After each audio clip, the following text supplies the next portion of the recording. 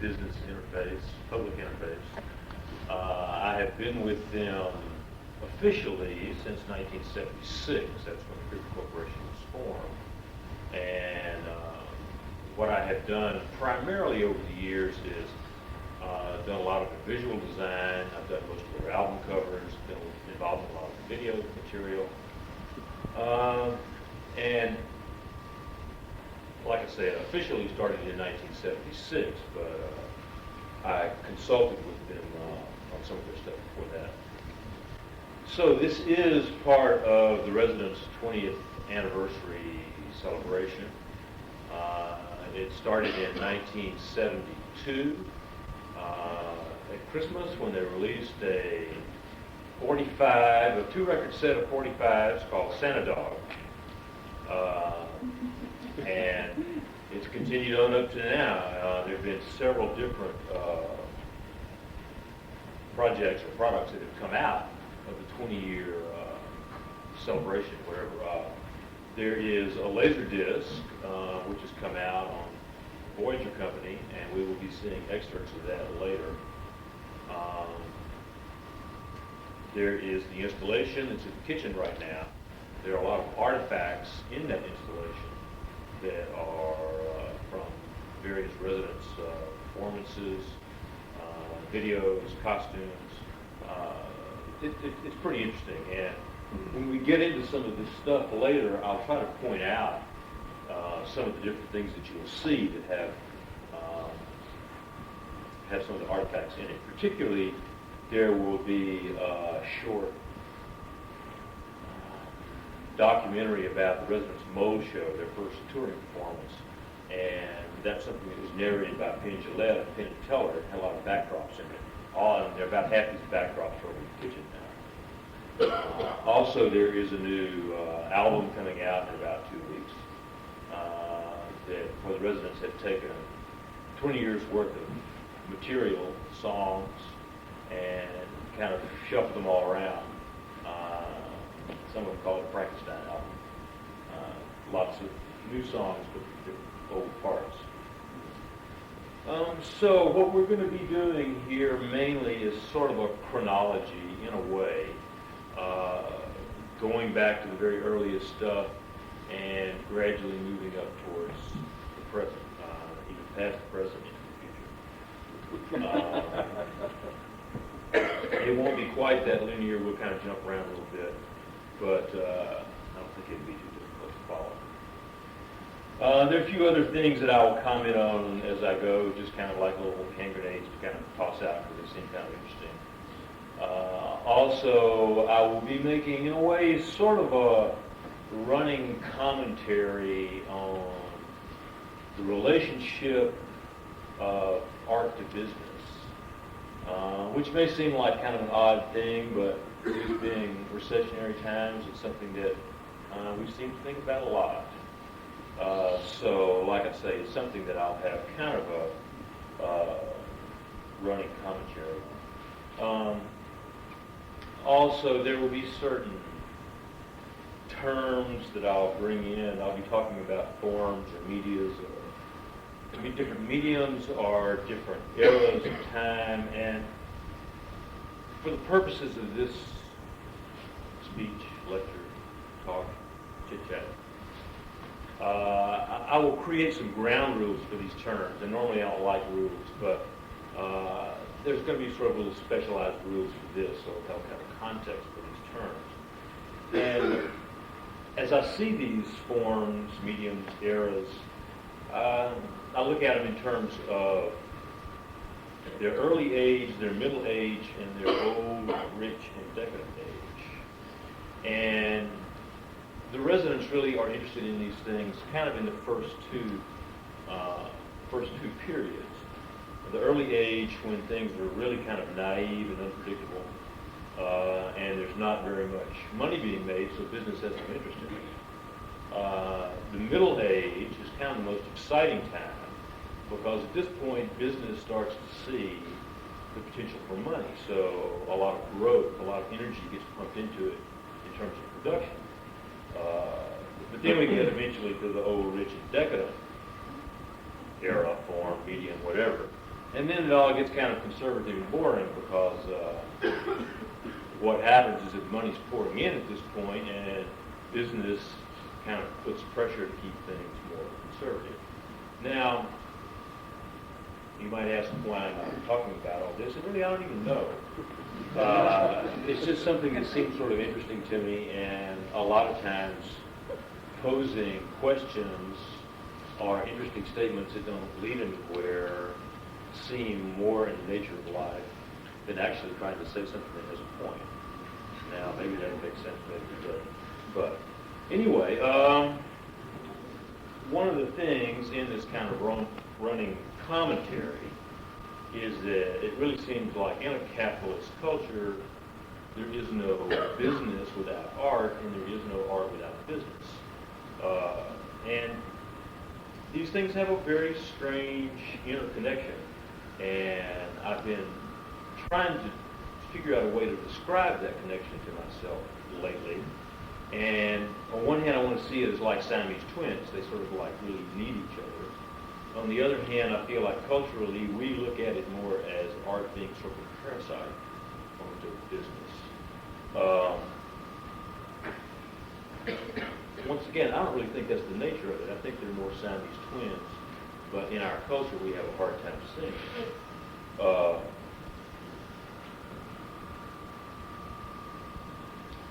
What happens a lot of times in our culture is that we seem to not make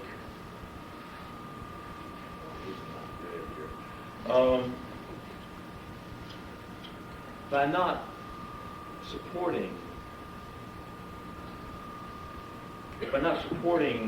art, it makes it more difficult to grow in certain ways. And when you have other cultures that seem to support it better, it doesn't grow anymore. So what does make it grow? And that's a question that I really don't have an answer to either. As things are more repressed in a way, they seem to have what it takes to live. Once again, maybe I'm not really making much sense with all this, but it's something that, in a way, doesn't make much sense to me. I've watched it in terms of the residents for years and years now, and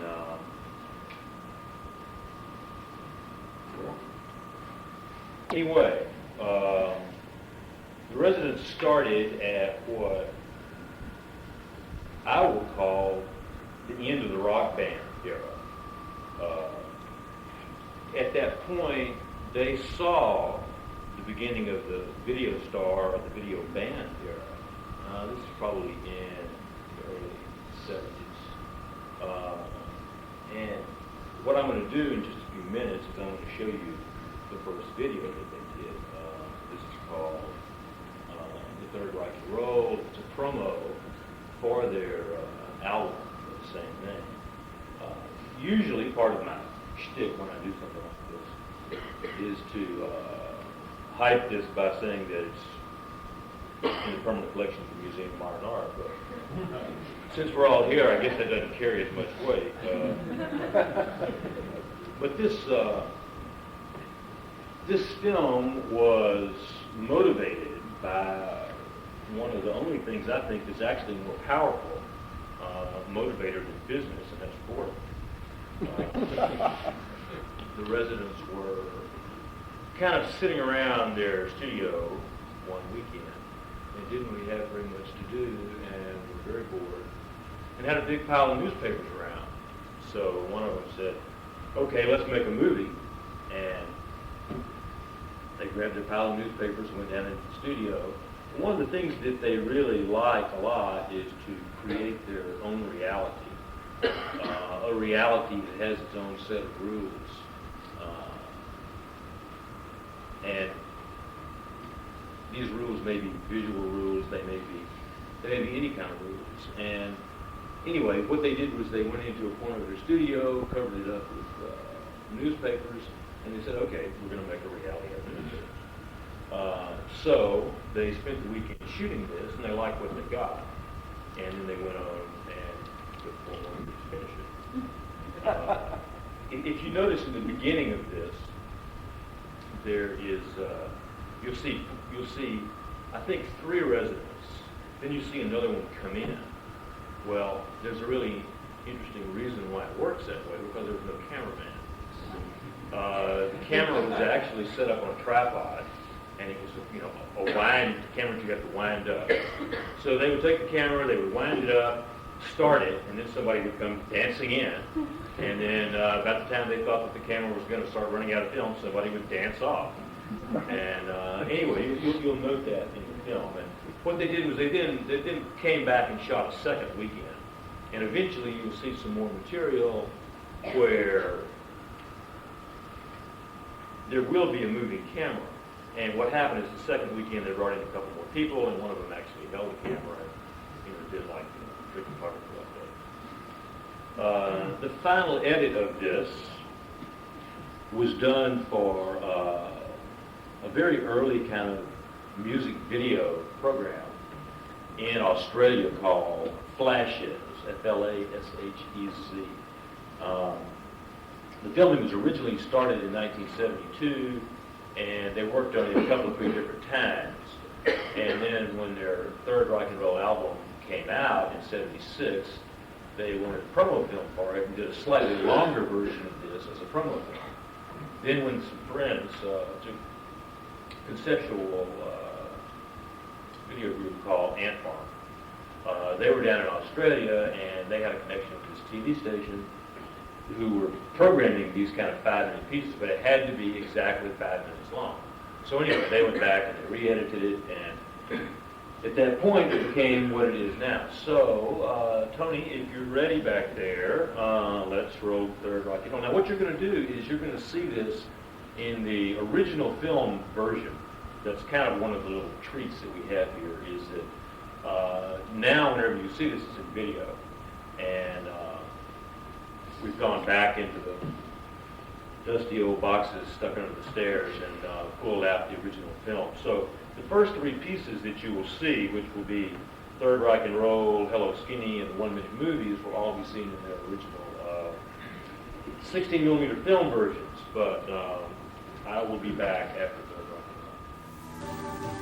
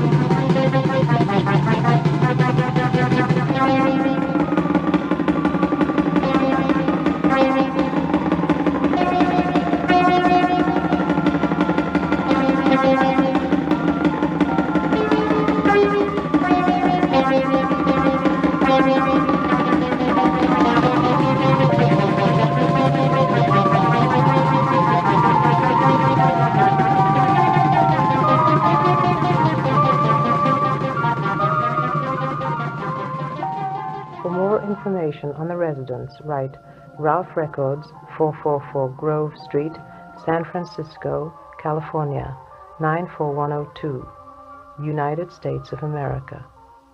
The chicken crosses the road so that he might obtain the other side. We screened that earlier. It's probably the first time I'd seen one of these film versions of it in about, I don't know, 5 or 6, 8 years, something like that. And I've totally forgotten about the part at the end. But don't write the 444 Grove Street. Nobody's been there in 10 years. It's a glass company. Nobody's been there in 10 years.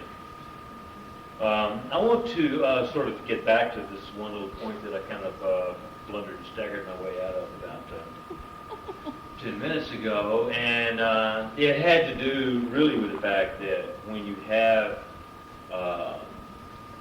cultures like ours where in a lot of ways business is seen, I mean art is kind of seen as the parasite of business in a way, where I don't think that's the true nature of their relationship.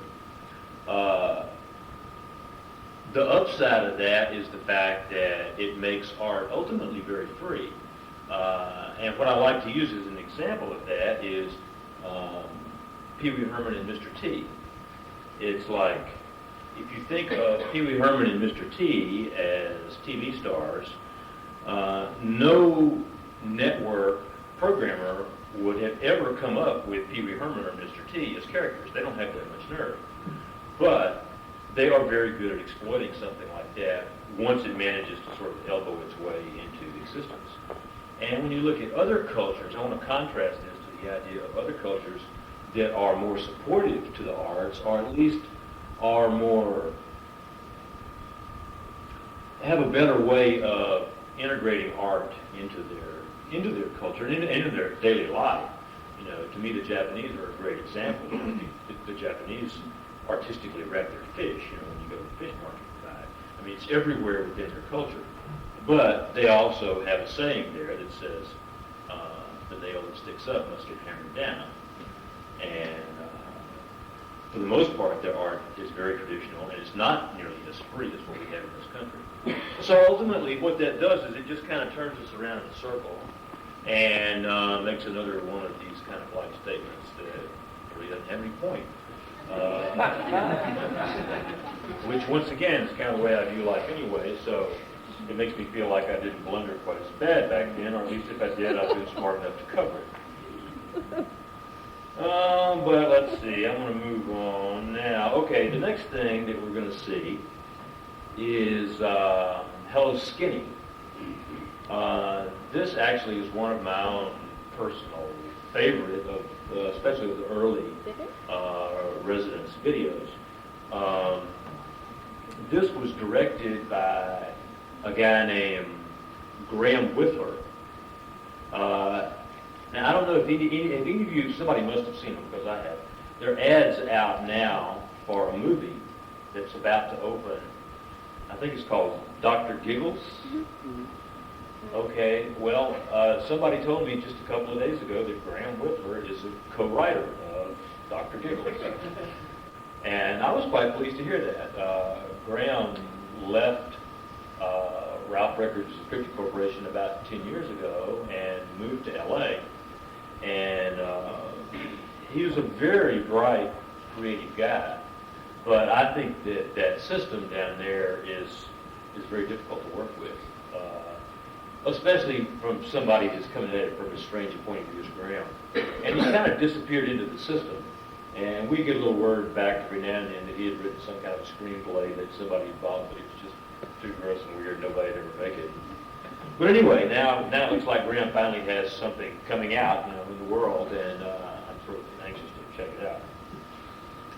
Okay, now there's a little bit more stuff that I can tell about this. When you look at this video, it's called Hello Skinny. Well, there's a character in it that's skinny. And he's a particularly interestingly unattractive person who's very skinny and bald-headed and with a big nose and like I say, very sort of almost painfully self-consciously unattractive. And Graham brought this guy around at the time that the filming was happening, and he was dressed in like black gay leather drag, which seemed fairly incongruous to begin with. Just looking at him. I mean, maybe he was so unattractive that he would look incongruous in anything. But anyway, the thing was that what we were told was that he had just been released. He had been institutionalized in a mental institution and had just been released. And the reason that we were told that he was institutionalized was because he thought he was Bridget Bardot. And, you know, I can sit back and I can tell stories about residents from now and the rest of the evening. I guess that's what I'm here for. And a lot of times you think, well, is that true or is that not true? And I'll never really tell whether it is or not. But this is one that actually is true, and it's even further out than the ones that aren't true. But anyway, when you see this, you'll see Bridget, because that's what everybody called him. They all called him Bridget. And Bridget was around just long enough to help make this film, and then apparently started having a breakdown again. And when you see pictures, photographs, there are a lot of still photographs in this. When you start seeing still photographs of Bridget sitting in one of these little bitty chairs with a TV set built into it, like you see in a bus station, or like you used to see in bus stations 8 or 10 years ago, okay, that's because Graham took Bridget down to the bus station so he could get on a bus and go back to live with his mom. And Graham took a few last pictures of him the night before he left.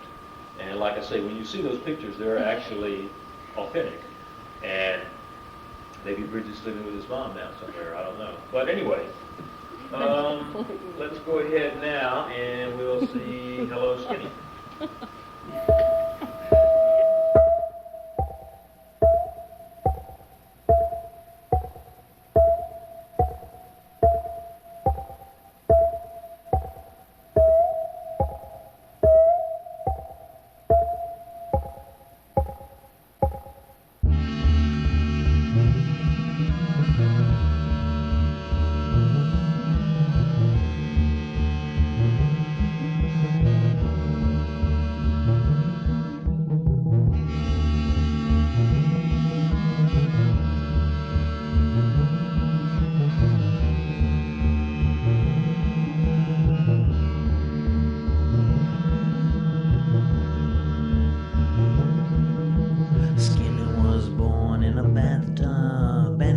So incredibly thin that even the end of an eyedropper sucked him in. Now Skinny never knew any questions, and Skinny never looked at lights, but Skinny sold something every single night.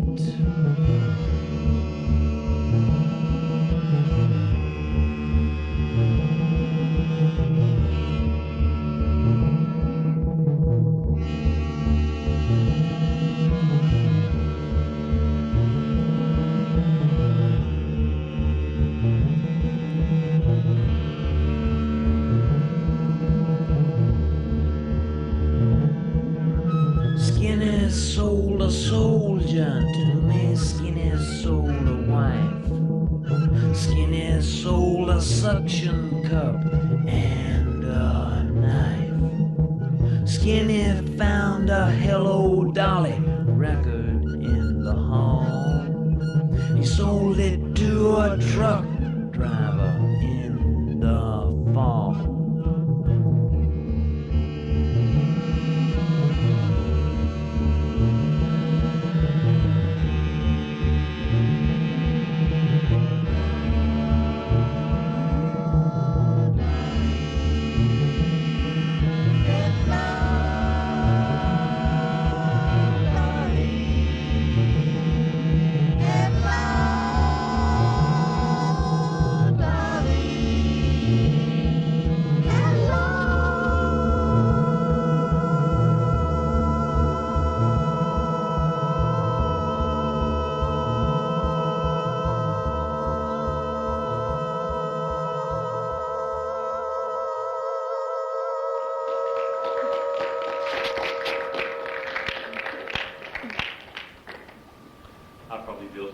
but she wasn't that unattractive, I guess.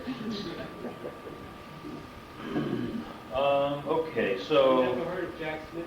no, is that Jack Smith? I thought you were Jack Smith. You agreed for Me?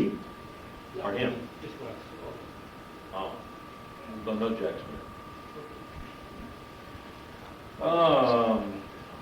Okay, so the next thing that we're gonna do is go to the Residence 1-minute movies. This is an album, or it's videos that were done on an album called the Residence Commercial Album. The commercial album had 40 songs, all exactly 1 minute long. And what we will see in this video is 4 1-minute movies, each one based on one of those songs.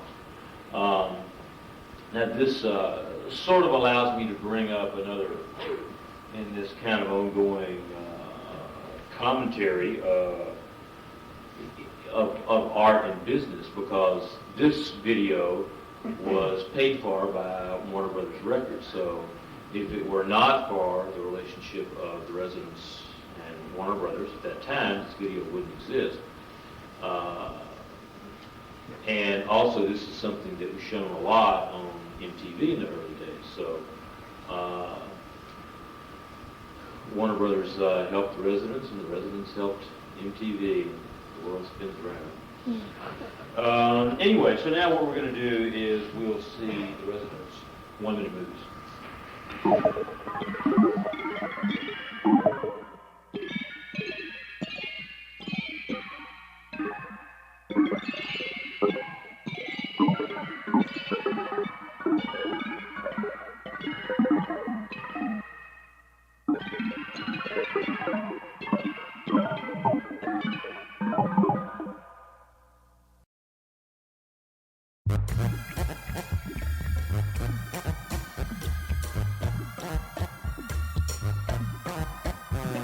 Someone saw a strange amount of moisture on her lips, and it was also seen upon her arms and on her hips.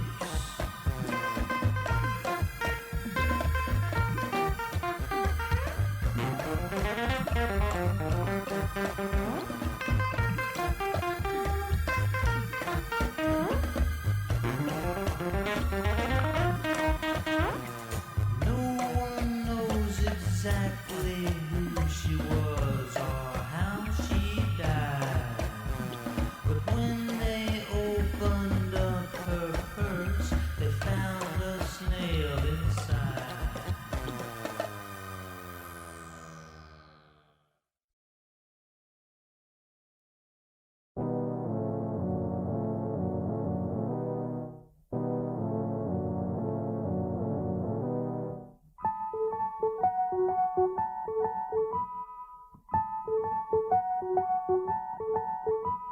I found her crying in the morning, sitting in a chair.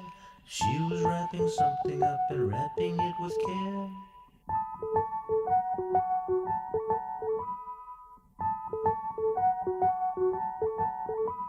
I did not mean to hurt her when I fell asleep last night. I was just exhausted from the act of being polite. Yes, I was just exhausted from the act of being polite.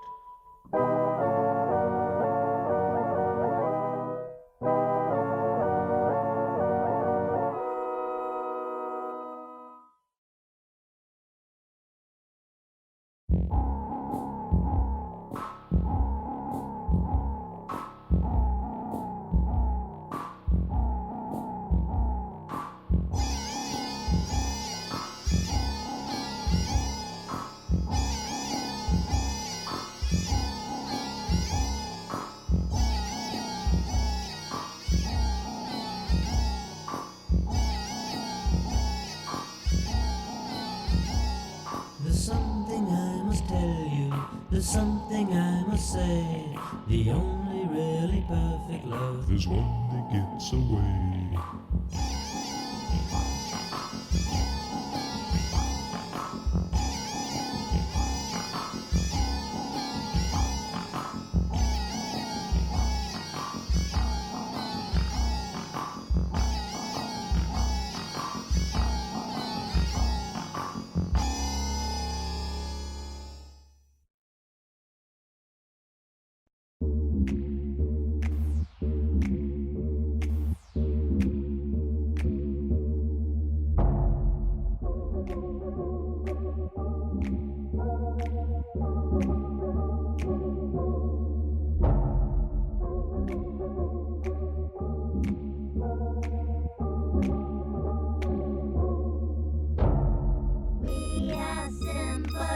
you are simple, life is simple too. We are simple, you are simple, life is simple too.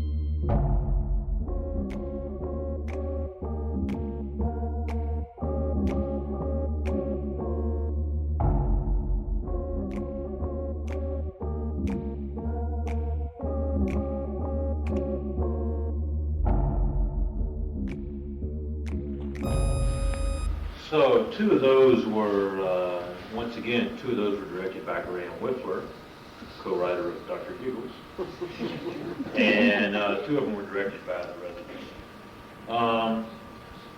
So that sort of ends the first part of the presentation. I should have mentioned this in the beginning. I've broken this presentation down into three different parts, and we're looking at it. We're looking at the residents, the visual work primarily of the residents from the point of view of the past, the present, and the future. We've just gone through the past as illustrated by 16 millimeter films of their early videos. Films of videos sounds kind of strange, doesn't it? Now what we're going to do is move into some excerpts from their 20 Twisted Questions Laserdisc that was just released a couple, 3 months ago.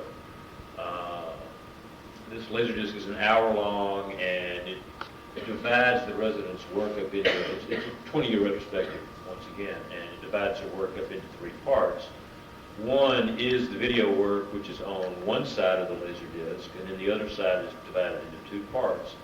One part is edits of their three different live performance touring shows, and another is what we refer to as electronic discography of their music and graphic work. But we'll see more of that in just a minute. Right now, I want to, then we have the future of this. I'm sort of letting myself get lost again. So the program is divided into three parts: past, present, and future. Past is film, present is Laserdisc, and in the future will be a demonstration of a work in progress, which will be CD-ROM that the residents are working on right now, called Freak Show. It's based on their Freak Show album and graphic novel. So anyway, at this point I want to make a comment about the Voyager Company. Once again, as I digress into the world of art and business, I have to refer to the Voyager Company because they're someone that the residents have only recently gotten involved with, and they have, from my point of view, the best attitude. They're definitely the best business relationship that the residents have right now in this country, probably in the world. And they have the best attitude and respect towards the point of view of the artist of maybe anybody that the residents have ever dealt with. It's incredibly refreshing to deal with someone who respects the bottom line but doesn't feel like it's the only thing that counts. So anyway, this Laserdisc was, like I say, a product of this ongoing relationship between the residents and Voyager. And now what we'll do is we'll go and look at the Mole Show.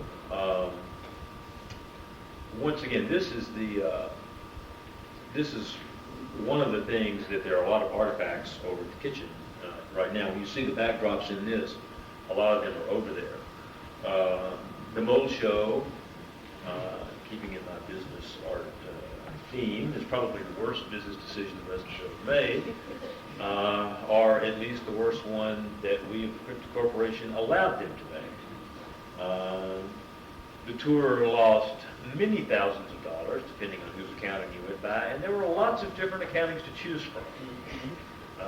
It was that kind of situation. When you've never toured before, and you go out on the road with 20 people, and lots of backdrops and lots of stuff, you find out why people take drugs and tour the drugs. But anyway, we'll see this, and this is narrated by Penn Jillette of Penn and Teller, who was the actual narrator of the show. And I think when it comes to the full-blown disaster, I mean, when I say that, once again, I speak more in terms of the finances. I think artistically it was very interesting, but financially it was totally disastrous. But and it took its emotional tone too, really heavy. But you know, I think Penn explains all that much better than I do, so we'll go ahead and let him do it.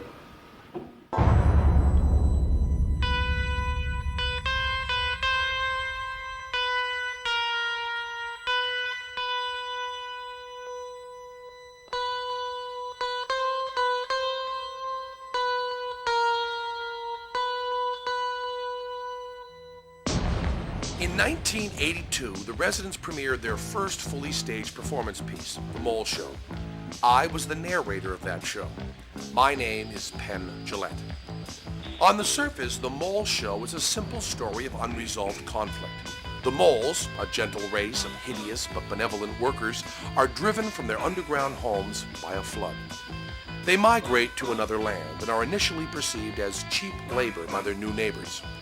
But soon the shallow and superficially more attractive chubs see themselves becoming outnumbered by the peaceful moles.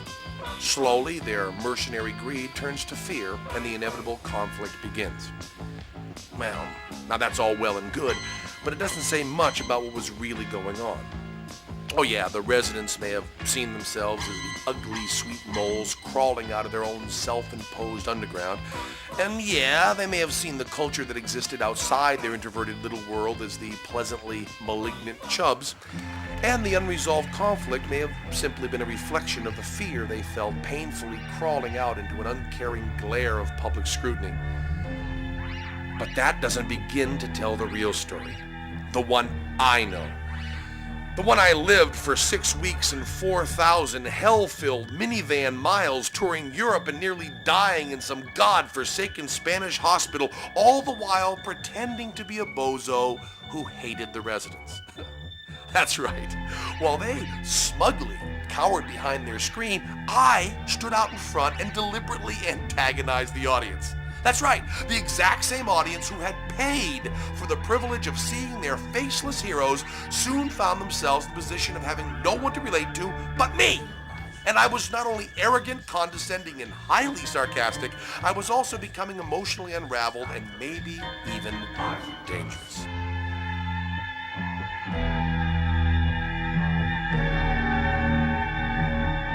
Eventually, I appeared to stop the show and had to be pulled off the stage, but gagged and handcuffed to a wheelchair, I was soon brought back, and as I stared at the audience, anyone who had somehow clung to the frayed threads of continuity in this cornucopia of chaos must have looked back at me and seen their true psychic reflection. A castrated clown in the seat of a cynic. And why? Why? Why, you ask, would the residents have created such an interesting, but ultimately unfulfilling, vehicle for their first public unveiling? Well, I could say it may have something to do with personal crisis, or I could say it might have reflected turmoil and dissatisfaction within the group, but the residents never told me that. All I can do is repeat a riddle one of them told me a long time ago. He said, "Penn, why did the little moron resurrect Christ?" Puzzled, I could only stare at him until he finally answered, "To get to the other side, of course." Well, the ambulance is here. Enjoy the rest of the day.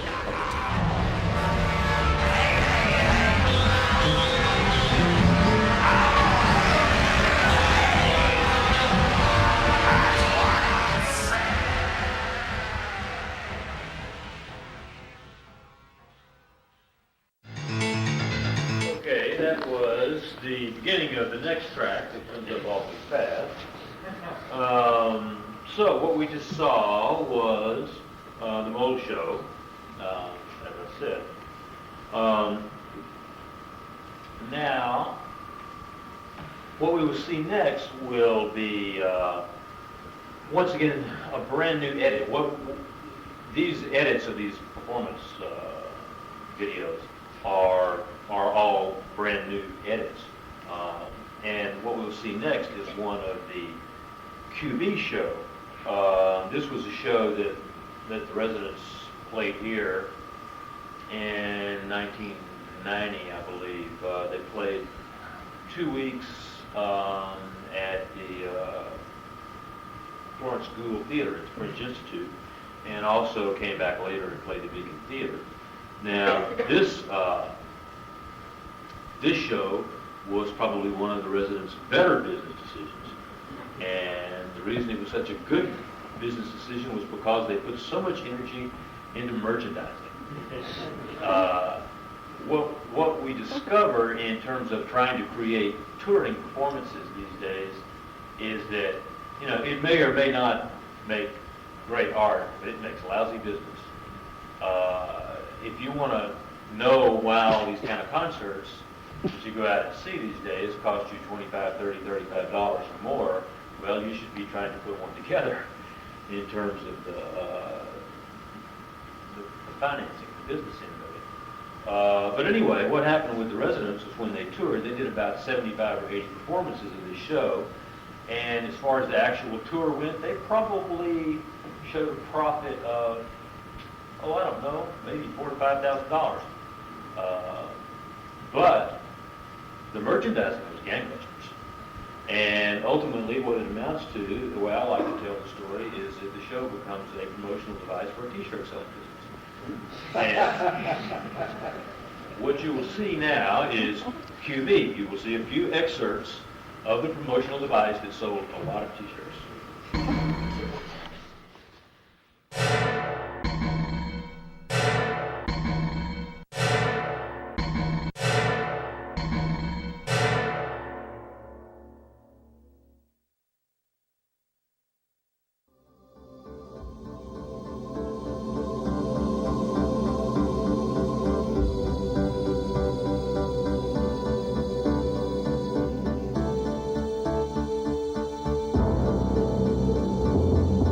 Oh, I fell in love with a neighbor girl.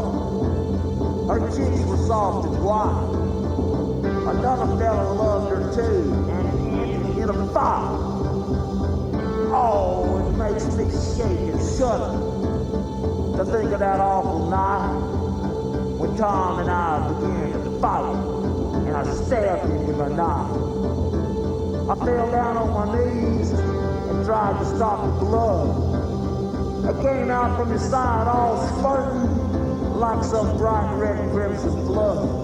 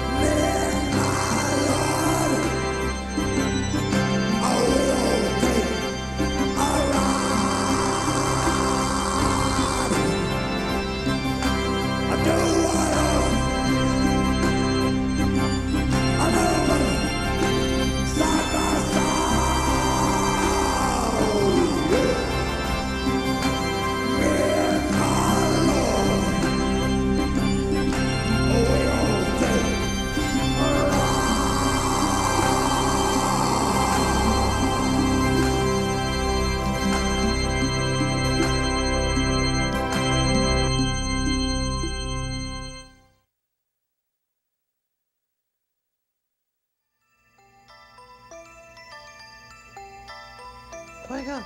Wake up! Wake up! Wake up! Oh, gosh, I guess I must have been asleep. You sure were. Oh, I had a dream. I had a real funny kind of a dream.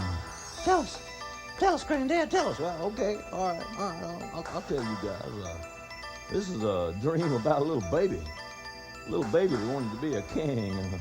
Say, Shorty, I bet you'd like to be a king, huh? Yeah. Yeah, it figures. Well, anyway, this little baby, he worked and worked because he thought that kings were good and kings were strong. Kings were the best of everything. So anyway, one day a stranger comes along, and this stranger says, "Hey, I can make you a king, just follow me." And he did. And kind of worked for a little while, and he had one bright, shining moment when he was really happy. And I used to kind of pretend like I was part of this, so if you guys like, I can show you a little bit. What do you think, huh? Yeah. Okay, all right. Calm down. I'll show you a little bit. I hope I can remember how. I hadn't done it for a long time.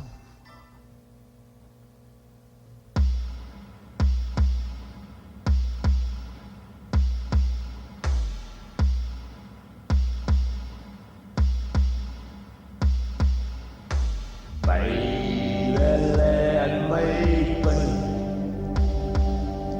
your loving teddy bear.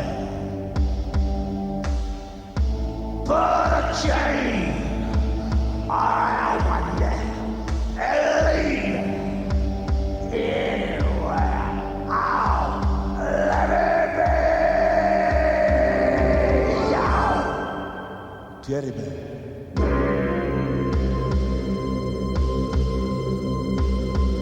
Well, I don't be a time ghost time, play to ride. Well, I don't want to be alive. I'm gonna lie away the guys. You love it.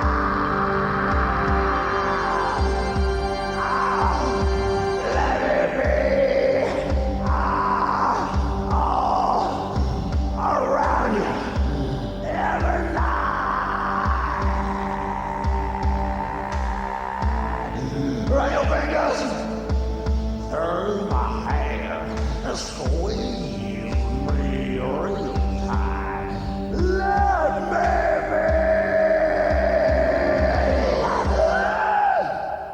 be your teddy bear. And I say, it was very successful selling t-shirts.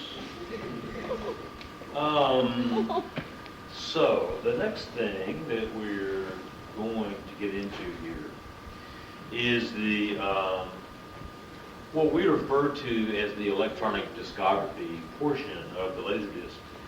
And what has been done here is there's one different selection from 20 years of Residence music releases.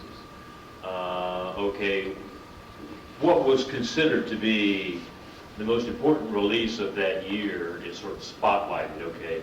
There's then a 30-second sample, 30-second excerpt of music from that, and that will be accompanied by a very sort of simple graphic, animated graphic of the of whatever the album cover art was, or the single cover, or whatever it was. Now, as you watch this, you will notice that there will be type that you'll be looking at, and this type will come on just about the time you think you see one or two words, it fades out, and it gets really frustrating. And then later, you'll keep seeing that, and then later you'll start seeing sort of like blip, blip, blip, blip, blip. You'll see like a series of frames go by incredibly fast. And what this is information that's really designed to be looked at as single frame information. We really felt that it wasn't worth giving screen time to all this information. We wanted the discography to have a better flow to it than that. So people that are interested in finding out about these additional releases can go to their Laserdisc and punch in the frame number. The frame numbers of all of these still frames are in the liner notes. So what you can do is you can go in and you can punch in the frame number, you can search and you can look and you can find all these things. But as you watch it here, it's just going to flow through in continuity. So what's going to happen is we're going to watch it, and then afterwards we'll go back and we'll just view a sampling of several of the still frames just to give you an idea of what that's all about. This is the actual interactive portion of the Laserdisc. It's kind of low rent interactive. In that all you're doing is having to go and find these frames and search around for them and stuff like that. But it does have that level of interactivity to it. When we get to the CD-ROM stuff later, we'll see that it's much more interactive than this. So now what we're going to do is we're going to see the music and graphic arts section of the linguistic questions.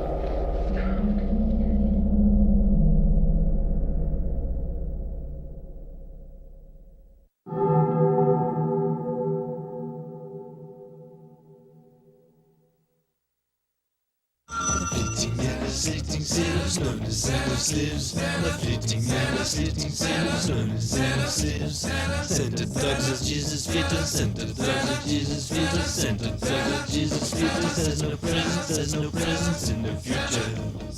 In the future. Santa dogs of Jesus fetus, Santa dogs of Jesus fetus, Santa dogs of Jesus fetus.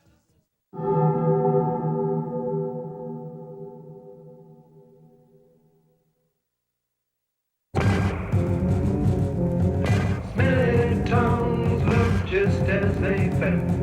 Smelly tongues look just as they felt. Smelly tongues look just as they felt. Smelly tongues look just as they felt. Smelly tongues look just as they felt. Smelly tongues.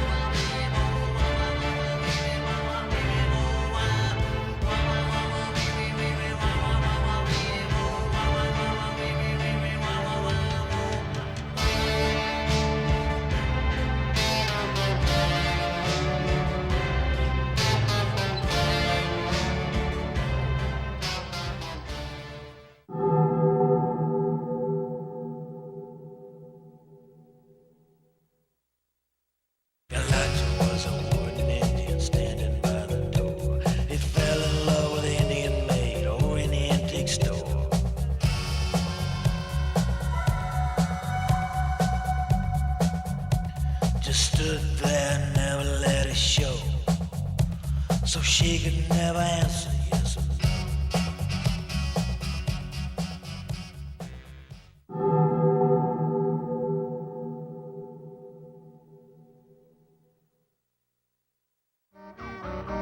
So I said I'm Mr. X who wants to come and who expects to help and guide your efforts to succeed. They laughed a little bit at me and then said, Mr. X indeed, and hugged me somehow hard and tenderly.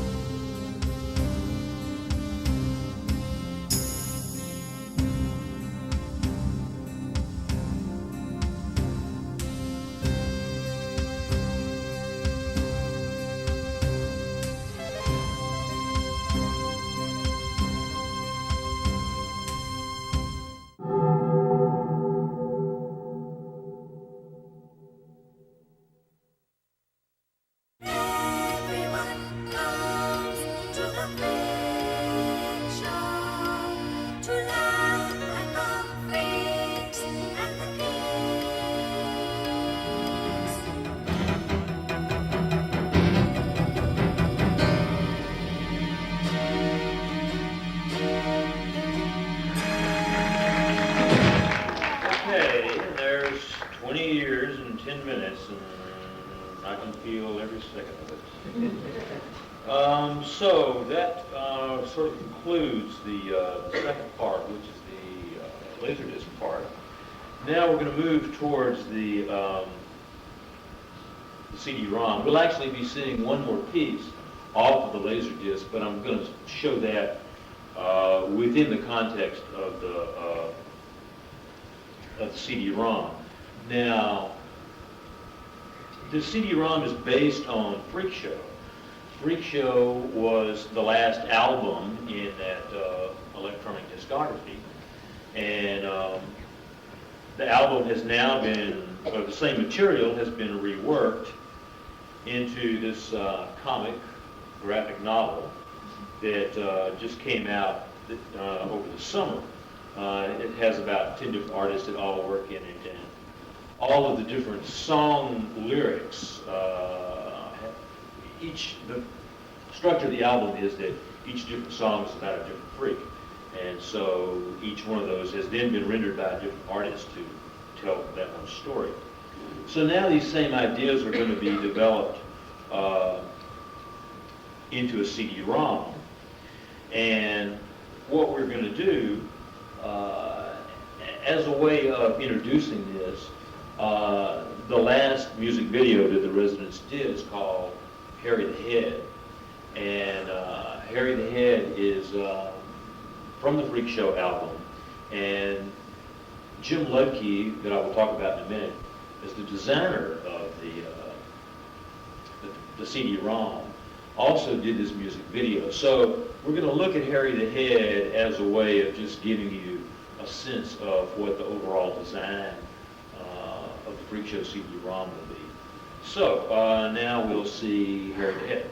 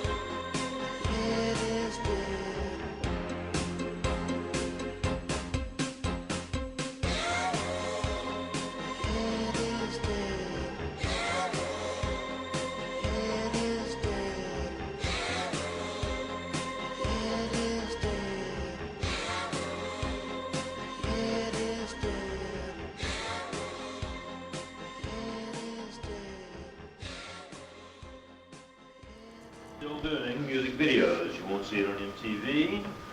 And as far as I can tell, there seem to be not very many venues for this kind of work in this country right now. But indeed, they are still doing it. So this was designed by Jim Ludke, who is also the designer of the CD-ROM.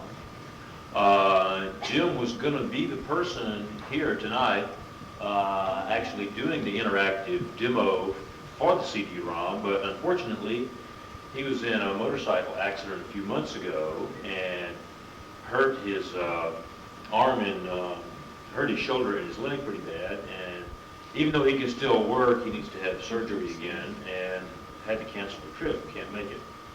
But he's, as you can see, and we'll see more, is an incredible 3D modeler. All this stuff is done on a Macintosh computer, which is kind of hard to believe in itself. And Jim was just, the stuff we're about to see, he was working on as late as last week. So you're looking at very kind of fresh, hot stuff. So the first thing that we're going to look at here, Jim has done a logo for the Freak Show CD-ROM, and we'll just get it up. And once again, everything you're going to be seeing now is actually playing live off the computer. And so when you look and see the cursor moving around and all this stuff is actually live. So. What's the CD-ROM? Oh, well, that's a good question. I'll address that a little bit in a minute.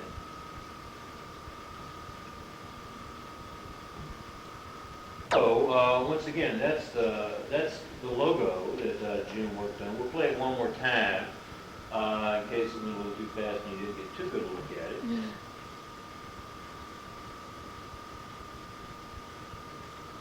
And if you're very close, you can tell that this is kind of grainy. And the reason for it is a lot of these little animated movies that you see are just demos. And if you know very much about computers, you know that you can play these things a lot faster by lowering the resolution and not using as many colors. And so what we've done with a lot of these things, the actual graphic in the computer is much higher resolution. But you can't really tell it here because we've had to use a lower res when you play it like this straight from the computer. So what I'm going to do now, if I can get the lights back up for just a second. Very quickly, I had a question of what is a CD-ROM, and a CD-ROM is a CD like what will play on your home music system, except that a CD-ROM actually plays on the computer. And this is going to be a very interesting home entertainment form in probably 3 to 5 years. Right now, it's mainly used to store reference material. You can get CD-ROMs that have encyclopedias on them, and if you want to look up humpback whales, you can actually see a humpback whale moving and you can hear one. Or if you look up Martin Luther King, you can actually see him giving one of his speeches and hear him giving one of his speeches. And it's a way of accessing information so that you get moving visual information as well as text and graphics, and you can also get music too. And what this form is going to be, nobody really knows yet. We're running a little long, so I'm going to try to speed my way through some of the rest of this. In order to give you a better point of view for what you're going to see, this big, horrible, glaring white piece of board that's out here, what I'm going to do is entertain you for a few seconds with my drawing. And when you look over here, what you're seeing is the outside of the Freak Show tent. Okay, and if this was a game, like a computer game, it would be kind of an exploring game. As it is, if there's no game to it at all, it's just that you enter into it and you can explore. You can find out about these people. You can find out about the freaks and the people that inhabit the Freak Show. So what I'm going to do is give you a rough sketch here of a map.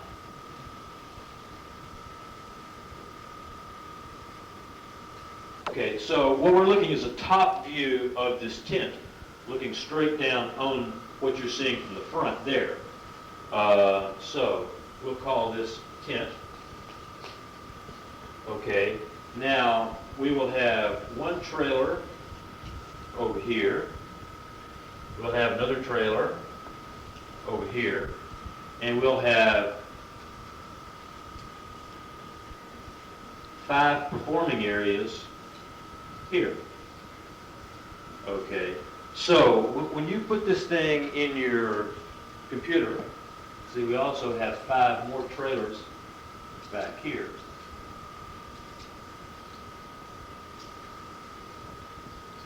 Okay, so if you look here, you see the front of the tent. So you will be able to come into the tent like that.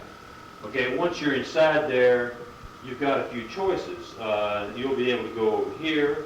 This is the trailer of Herman the Human Mole. You'll be able to go through here, around Herman's trailer. Herman's trailer is completely full of dirt. He's dug out little holes on the inside, and inside these holes are his living room, his dining room, his kitchen, his bedroom, and the walls of his trailer are glass. So you'll be able to go around the trailer, and you'll be able to look through little portholes into Herman's trailer. You'll be able to go up on top, look down inside of it, and once again, just sort of explore however you want. If you choose to go this way, what we'll have is the Pickle Punk trailer. The Pickle Punk trailer is all about historical freaks.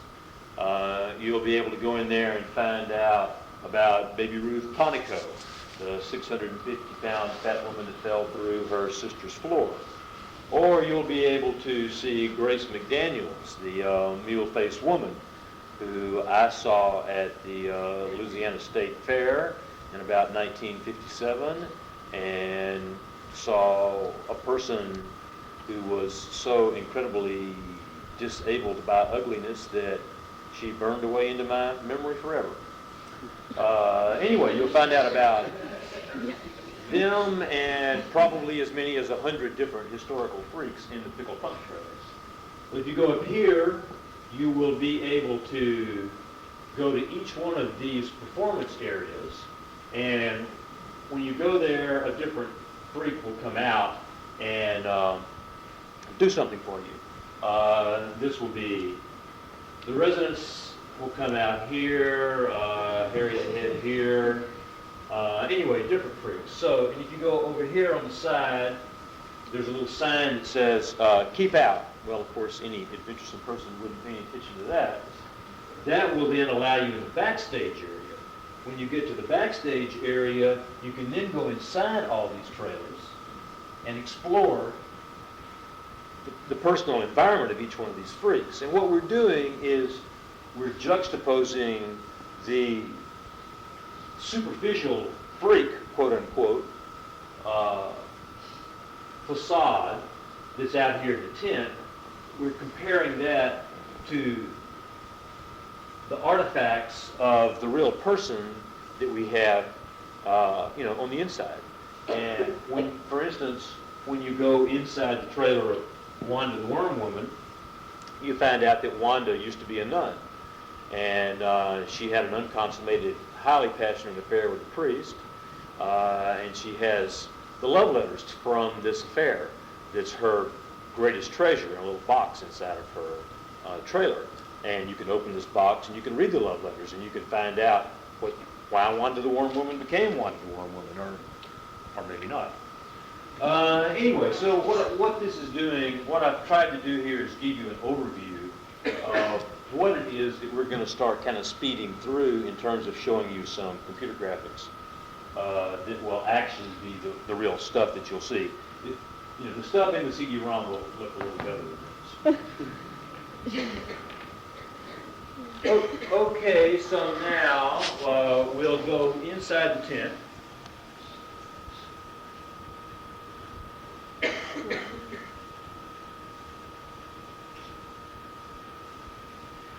And what we're doing is just kind of zooming through the tent kind of quickly the first time to let you look around a little bit. Then we're going to go back around and then stop. Okay, this is the entrance to Herman's trailer. And if we move on around, now we'll see the performing areas. That's the residence performing area. If you click on it the first time, the lights come up. Now once this thing is put together, you'll be able to click on this a second time, and you get closer. Okay, then the third time when you click on it, a resident will actually come out and do something for you. We don't really know what yet. We don't know what the residents do most of the time anyway, so we have to figure it out. So then we have Harry the Head next to it. It's the same situation. We can go up and look close. We've got Jello Jack, Boneless Boy. We've got Wanda the Worm Woman coming from the side. Bouncing Vinny the Bump.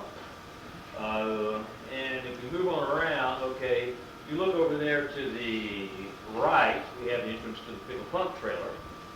And you see the keep out sign there. Okay, eventually there will be, this is just kind of put in right now to give you some sense of what it's all about. Eventually there will be like a fold in the curtain there. It'll be much more elegant than this little box. And what you see through there is the wheel of one of the trailers on the outside. If you click on that, then we're outside looking at the trailers. Now we're going to, as you go up to each trailer, you can get closer to it, and we're going to sort of speed on by the trailers now. That's Texas trailer. We go on by. This is Harry the Head's trailer. We come on up, we see the residence trailer. That's its own unique style. And so we'll come on back around again. Now what we're doing is we're looking at Wanda's trailer. And we're looking at Wanda's trailer, and we can actually go inside of Wanda's trailer. This is one of the ones that we have created the interior of so far. So once again, Wanda used to be a nun, and she has sort of like built a little mini Gothic cathedral inside of the trailer here. Once again, we'll just sort of tour around the trailer first and just give you a look at the inside of it. You can kind of cruise around. There are all these things. And once we've gotten around, we'll stop and we'll show you a few things that are or will be interactive. The refrigerator here will open up, and she'll have worm food on the inside of that or something like that. As we move around, there are different areas. As you click, you can come up and look at these areas more closely. And Wanda has filled the trailer full of all these artifacts, these religious artifacts from the past. Now, here we have the box that has all the love letters in it. And once again, once we get finished with this, you'll actually be able to take this box, open it up, take the love letters out, and probably the priest will read the love letters to you in a voiceover. As we look over here, we have, this is a radio that will play the song, Wanda the Worm Woman. When that happens, all these little priests will turn around, revealing their eyeballs on the other side. And we'll have some kind of visual happen up in the speaker that will help illustrate the lyrics of the song. Over here is Wanda's worm farm. And you'll be able to do something interactive with the worms, like feed them or take them out and let them crawl across the table or something like that. Now as we move around, we get to Wanda's bed. When we get to this point in the CD-ROM, this will trigger a sound effect. And what you'll hear is a door closing behind you, so that as you hear footsteps, you turn back around and you see that Wanda has come in. She's gone over to the sink, and she's kind of very silently sobbing and washing her worms. But as we move on around the room, we come back around. We've got one more interactive point here, and this is a picture of Wanda in this kind of odd frame. And when we click on this picture, we'll see that Wanda actually morphs into the Mona Lisa, which once again is part of the lyrics to the song. In the song, Wanda always has this wonderfully saintly smile, the smile of Mona Lisa as she sucks her worms. Okay, so now what we'll do is we'll go back out into tent. And when we get in there, we've sort of concluded at this point the part of the demo that actually is interactive. What you're looking at is several different series of graphic programs or graphics that are linked together that allow you to go from one to the other in an interactive way. Now, we haven't, like I say, this is as far as we can go in terms of showing that. There's a little bit more we can demo here, and this is a very sort of rough approximation of what Wanda might do when she came out during her act within the tent. And obviously you see that the camera's moving around her. This is all kind of disorienting. Wanda would do the same thing, except she'd walk out on the stage and do it. But this is just an approximation to give you some sense, one, of character design, and two, what they might do once they come out and perform. Now we'll show you another character that we have. This is Tex. Tex is the barker. Tex is the one who lures you into the freak show. Tex used to be a lion tamer that lost his nerve, then he's an alcoholic. He's very arrogant, very bitter, doesn't like life very much. And when you go in his tent, you can see that all he does is sit around and drink and watch old movies of himself with a lion tamer. But anyway, that's Tex. We have a couple more things that we can show, which are interiors of Herman the Human Mole trailer. And once again, we're just sort of giving you a little fly through here. We're going to make this little movie loop a little bit just to give you a better look. It's so jumbled inside here, so you have to look at it several times to get a sense of what's going on. But once again, Herman's trailer is filled with dirt, and he's carved out all these little niches and caves where his rooms are. And you see that it has this root motif. Everything is kind of gnarly, very kind of organic. Now we can show you one more of, this is Herman's piano room, the only room that doesn't allow anybody to see into. Herman, late at night, likes to go into his piano room all alone and play his piano. Once again, a lot of this stuff is really rough and crude because it's what's easy for us to do in a demo situation. The resolution and sharpness that we'll have out of this on the actual CD-ROM will be much better. Okay, I believe that